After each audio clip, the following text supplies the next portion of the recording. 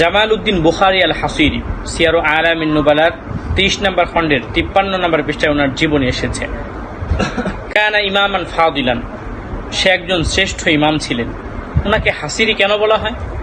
কানা সাকিনান বি মুহাল্লাতিন ইয়ামালু ফিহা আল হাসির, তিনি তার গ্রামে বসবাস করতেন, সেখানে তিনি চাটাইয়ের কাজ করতেন। এত বড় একজন শ্রেষ্ঠ ইমাম হওয়া সত্ত্বেও তিনি চাটাইয়ের কাজ করতেন, সেটা বাজারে বিক্রি করে তার দ্বারা তিনি তার জীবিকা নির্বাহ করতেন।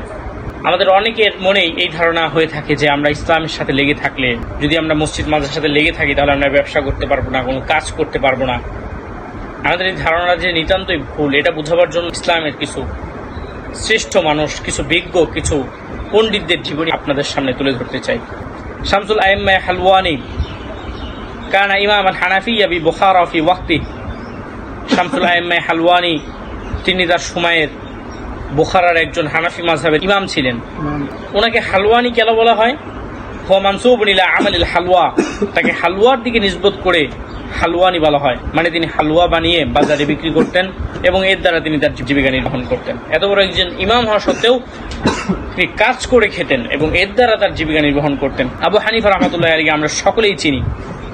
পৃথিবীর প্রায় 50টি দেশে ইমাম আবু হানিফা রাহমাতুল্লাহি আলাইহির অনুসারী রয়েছে। এত বড় একজন ইমাম হওয়া সত্ত্বেও কানা তাজিরান ফিল খাজ কামাশ, তিনি ইমাম আবু হানিফা রাহমাতুল্লাহি আলাইহি রেশমের ব্যবসা করতেন। খাসাফ সিয়ারু আলামিন নুবালা 23 নম্বর খণ্ডের 124 নম্বর পৃষ্ঠায় এসেছে, ও আবু বকর আহমদ ইবনে আমর। খাসাফের পূর্ণ নাম হচ্ছে আবু বকর আহমদ ইবনে আমর।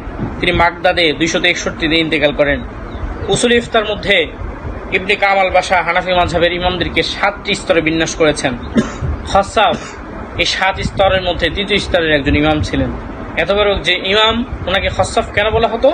আর খাসাফ লুকিবা ফি নিসবাতুন ইলা খাসফিন নাল, জুতার দিকে নিসবত করে তাকে খাসাফ বলা হতো। মানে তিনি এত বড় একজন ইমাম হওয়া সত্ত্বেও তিনি জুতার কাজ করতেন, জুতা মেরামত করতেন এবং এর দ্বারা তিনি তার জীবিকা গ্রহণ করতেন। আব্দুল্লাহ ইবনুল মুবারক, ইমাম আহমদ ইবনে হাম্বল রাহমাতুল্লাহি আলাইহি বলেন, লাম ইয়াকুন আহাদুন ফি জামান ইবনুল মুবারক আতলাবা লিল ইলমি মিনহু। আব্দুল্লাহ ইবনুল মুবারকের জামানায় তার থেকে অধিক ইলম অন্বেষণকারী আর কেউ ছিল না। এত বড় একজন ইলমি মানুষ হওয়া সত্ত্বেও ইলা আন মাতা ফি তালাবিল ইলমি ওয়া ফিল গাসবি ওয়াত তিজারা, তিনি তার শেষ জামানা অতীত করেছেন ইলম অন্বেষণে, যুদ্ধে এবং ব্যবসার মধ্য দিয়ে। কুদুরি রহমতুল্লাহি আলাইহি হানাফি মাযহাবের একজন অনেক বড় আলেম ছিলেন। ওনার লেখা কিতাব আল কুদুরি বিশ্বব্যাপী সমাদৃত।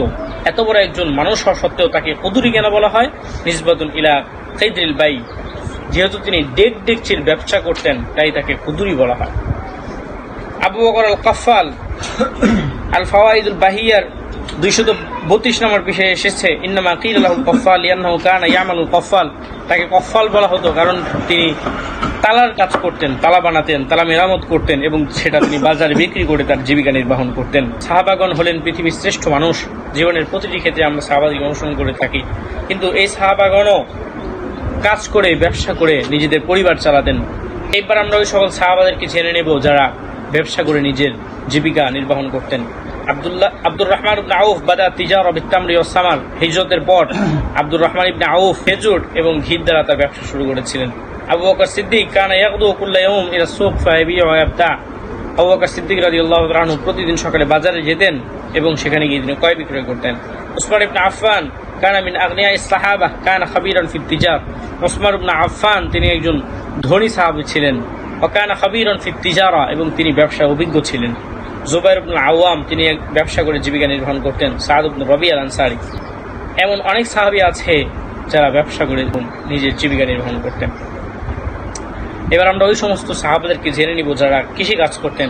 আব্দুল্লাহ ইবনে ওমর তিনি কৃষক ছিলেন, কৃষি কাজ করতেন। আলী ইবনে আবি তালেব তিনি কৃষক ছিলেন।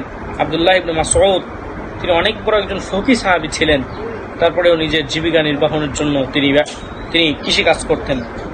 রওয়াত ইবনে জুবাইর, আপনি নবীদের জীবন নিয়ে পড়ালেখা করেন, গবেষণা করেন, দেখবেন ওনারাও কোনো না কোনো কাজ করে নিজের জীবন চালাতেন। ইদ্রিস আলাইহিস সালাতু ওয়াস সালাম যা ফি তাফসির বাগাবী, তাফসিরে বাগাবীর 3 নম্বর খণ্ডের 238 নম্বর বিষয়ে এসেছে, সুমিয়া ইদ্রিস আন লিকাসরাতি দারসিল কুতুব ওয়া কানা খাইয়াত।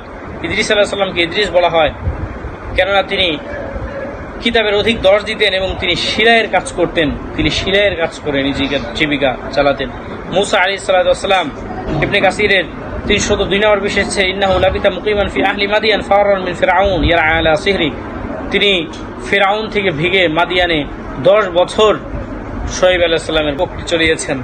দাউদ আলাইহিস সালাম তিনি নিজ হাতে লৌহ বর্ম বানিয়ে বাজারে বিক্রি করতেন।